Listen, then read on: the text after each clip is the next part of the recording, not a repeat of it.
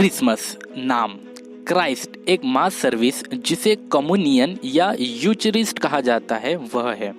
25 दिसंबर को यीशु की जन्म तिथि के रूप में निर्देशित करने का कोई सटीक मूल स्पष्ट नहीं है। न्यू टेस्टामेंट इस संबंध में कोई सुराग नहीं देता है। 25 दिसंबर को पहली बार 221 में सेक्टस यूलियस अफ्रीकन्स द्वारा यीशु के जन्मदिन के तिथि के रूप में पहचाना गया था। बाद में यह सार्वभौमिक रूप से स्वीकृत तिथि बन गई थी। ईसा मसीह के जन्म के 3.5 शताब्दी बाद तक उनके जन्मदिन मनाने के लिए 25 दिसंबर की तारीख को नहीं चुना गया था। प्रारंभिक ईसाइयों के पास निश्चित रूप से कई तर्क थे कि इसे कब मनाया जाना चाहिए। हालांकि अलग अलग परंपराएं और सिद्धांत है कि क्रिसमस 25 दिसंबर को क्यों मनाया जाता है। एक बहुत ही ईसाई परंपरा ने कहा कि जिस दिन मरियम को यह बताया गया था कि उसका एक बहुत ही खास बच्चा होगा अर्थात यीशु, वह 25 मार्च को था और यह आज भी 25 मार्च को मनाया जाता है। और 25 मार्च के 9 महीने बाद 25 दिसंबर आता है। यहूदी कैलेंडर में निसान 14 को यीशु की मृत्यु हुई। फसह में जो यहूदी त्योहार की तारीख है। यहूदी कैलेंडर तिथियों के बजाय चंद्रमा पर आधारित है, इसीलिए यह ग्रेगोरियन कैलेंडर के साथ घूमता है। संत एफ्रेम द सीरियन ने बताया कि यीशु का जन्म 10 को हुआ था, इसलिए 25 मार्च ग्रेगोरियन कैलेंडर पर यहूदी कैलेंडर पर चलने योग्य तिथियों को चिन्हित करने के लिए एक निश्चित तिथि बन गई।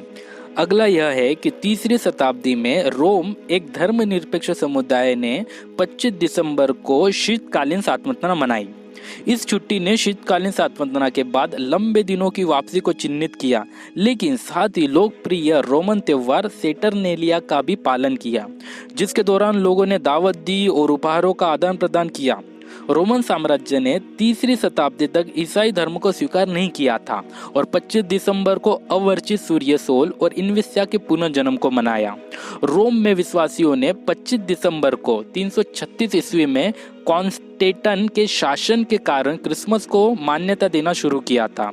कॉन्स्टेंटाइन ने रोम में ईसाई धर्म का समर्थन किया और कुछ ने सोचा कि देश में यह मूर्ति पूजक उत्सव को कम करने के लिए उठाया गया एक राजनीतिक कदम था। तारीख एक यादृच्छिक नहीं उठाई गई थी। कई इतिहासकारों का मानना है कि पॉप और सम्राट दोनों इस तारीख को पसंद किया क्योंकि यह शीतकालीन सांत्वना मनाने वाले बृहस्पति त्योहारों के साथ मेल रखता था जो सदियों पहले हुआ करता था। हालांकि बाइबल में कहीं भी नहीं बताया गया है कि यीशु या परमेश्वर के किसी और सेवक का जन्मदिन मनाया गया। बाइबल में 2 आदमियों का जिक्र है जिन्होंने अपना जन्मदिन मनाया और वो दोनों परमेश्वर की उपासना नहीं करते थे और दोनों के जन्मदिन पर कुछ न कुछ बुरा हुआ। उत्पत्ति उसके 40 अध्याय के 20 वचन में हम इस प्रकार पढ़ते हैं, और तीसरे दिन फिरौन का जन्मदिन था। उसने अपने सब कर्मचारियों की जेवनादार की और उसने पिलाने वाले के प्रधान और पकाने वालों के प्रधान दोनों को बंदीगृह में से निकलवाया। फिरौन जिसे आप जानते हैं। उसके बाद मरकुस उसके 6वें अध्याय के 21 वचन में हम पढ़ते हैं, और ठीक अवसर पर जब हेरोदेस ने अपने जन्मदिन में अपने प्रधान अधिकारियों और सेनापतियों और गलील के बड़े लोगों के लिए जेवनार की, और उसी हेरोदास की बेटी भीतर आई और नाचकर हेरोदेस को और उसके साथ बैठने वालों को प्रसन्न किया। तब राजा ने उस लड़की से कहा, तू जो कुछ मुझसे मांगे मैं तुझे दूंगा, और यह शपथ खाई कि मैं आधे राज्य तक जो कुछ तू मुझसे मांगेगी मैं तुझे दूंगा। वह लड़की बाहर आई और अपने माता से पूछा कि मैं क्या मांगू। वह बोली, यूहन्ना बपतिस्मा देने वाले का सिर। वह तुरंत राजा के पास भीतर आई और उससे विनती की कि मैं चाहती हूँ कि तू अभी मुझे यूहन्ना बपतिस्मा देने वाले का सिर दे। और बाइबल में कहीं साफ साफ यह नहीं बताया गया है कि यीशु का जन्म किस दिन हुआ। यदि यीशु चाहता है कि उसके शिष्य उसके जन्मदिन को मनाए तो वह इस बात का जरूर ध्यान रखता कि उन्हें उसके जन्म की तारीख पता हो। न्यू कैथोलिक इंसाइक्लोपीडिया बताती है कि क्रिसमस मनाने का जिक्र पहली बार जिस कैलेंडर में हुआ, यह कैलेंडर रोमी लोगों का एक पंचांग था, और इससे पता चलता है कि पहली बार क्रिसमस का जिक्र पूरी बाइबल के लिए जाने और यीशु के मौत के सदियों बाद आता है।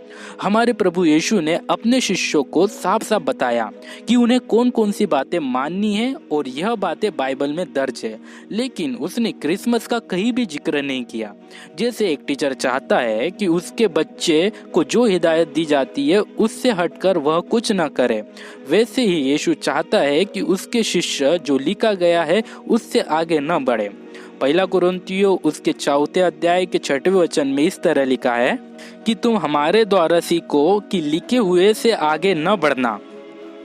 लेकिन एक अहम दिन जिसे यीशु के शिष्यों को मानना था और वे उसके बारे में अच्छी तरीके से जानते थे, वह है यीशु के मौत का यादगार समारोह, जिसमें यीशु ने खुद उन्हें आज्ञा दी कि उन्हें यह समारोह कब और कैसे मनाना चाहिए। बाइबल में इस बारे में साफ साफ निर्देश दिए गए हैं और उसके मौत तारीख भी बताई गई है। लूका उसके 22 अध्याय के 7 से 19 तक और फर्स्ट कुरिन्थियों उसके 11वें अध्याय से 25। क्रिसमस से जुड़े हुए कुछ रीति रिवाज जो आज हम लोगों को फॉलो करते हुए देखते हैं, वे क्या बाइबल के अकॉर्डिंग है? जानते हैं। यीशु का जन्मदिन मनाना। द वर्ल्ड बुक इंसाइक्लोपीडिया बताता है कि शुरू के मसीही जन्मदिन नहीं मनाते थे, क्योंकि वे मानते थे कि किसी भी व्यक्ति का जन्मदिन मनाना गैर ईसाई है। 25 दिसंबर इसका कोई सबूत नहीं है कि यीशु इस तारीख को पैदा हुआ था। चर्च के अगुवों ने शायद यह तारीख इसलिए चुनी क्योंकि इसी तारीख को या इसके आसपास यानी दिसंबर के आखिरी हफ्ते में गैर ईसाई लोग अपने त्योहारों को मनाते थे। तोहफा देना, दावत देना, मौज मस्ती करना। द इंसाइक्लोपीडिया अमेरिका में लिखा है कि सैटरनेलिया रोमी लोगों का एक पर्व था जो 15 दिसंबर के आसपास मनाया जाता था। उसी पर्व से क्रिसमस के ज़्यादातर रीति रिवाज मेल खाते हैं, जिनमें खूब मौज मस्ती होती थी, जैसे बड़ी बड़ी दावत रखना, जश्न मनाना, तोहफे देना, मोमबत्ती लगाना। इंसाइक्लोपीडिया ब्रिटेनिका बताती है कि सैटरनेलिया के दौरान सारे कामकाज और व्यापार बंद रहते थे। रोशनी और जगमगाहट। द इंसाइक्लोपीडिया ऑफ रिलीजन बताता है कि यूरोप के लोग दिसंबर के आखिरी दिनों में अपने घरों को मोमबत्ती व हर किस्म के सदाबहार पेड़ों से सजाते थे। ऐसा करने से उनका यह मकसद था कि बुरी आत्माओं को भगाना। मिस लोटो होली। पुराने जमाने के पुजारी मानते थे कि मिस लोटो के पेड़ में जादुई शक्ति होती है। सदाबहार पेड़ होली की पूजा यह यकीन दिलाने के लिए होती थी कि सूरज वापस आएगा। The encyclopedia America. क्रिसमस का पेड़। यूरोप के गैर ईसाई लोगों में पेड़ की उपासना करना आम बात थी और मसीही धर्म अपनाने के बाद भी उन्होंने यह रीति रिवाज कायम रखा। सदियों में त्योहारों के दौरान दरवाजे पर या घर के अंदर यूल के पेड़ रखना इस बात का सबूत थे कि पेड़ की उपासना का रिवाज अब भी माना जाता है। इंसाइक्लोपीडिया ब्रिटानिया के अनुसार बाइबल बताती है कि अगर हम परमेश्वर की उपासना उस तरीके से नहीं करते हैं जैसे वह चाहता है तो इससे वह नाराज हो जाता है। बाइबल के अनुसार निर्गमन 32वां अध्याय उसका 5वां वचन, यह देखकर हारून ने आगे एक वेदी बनाई और यह प्रचार किया कि कल यहोवा के लिए पर्व होगा, और दूसरे दिन लोगों ने तड़के उठकर होम बलि चढ़ाए और मेल बलि ले आए, फिर बैठकर खाया पिया और उठकर खेलने लगे। तब यहोवा ने मूसा से कहा, नीचे उतर आ, क्योंकि तेरी प्रजा के लोग जिसे तू मिस्र देश से निकल आया है बिगड़ गए हैं। हमारा जीवन लोगों को दिखाने के लिए जिंदगी जीना नहीं, बल्कि हमारा जीवन परमेश्वर को दिखाने के लिए जीवन जीना होना चाहिए। बाइबल बताती है कि मत्ती उसके 6वें अध्याय के पहले वचन में कि लोगों को दिखाने के लिए धर्म के काम मत करो, नहीं तो अपने स्वर्गीय पिता से कुछ नहीं पाओगे।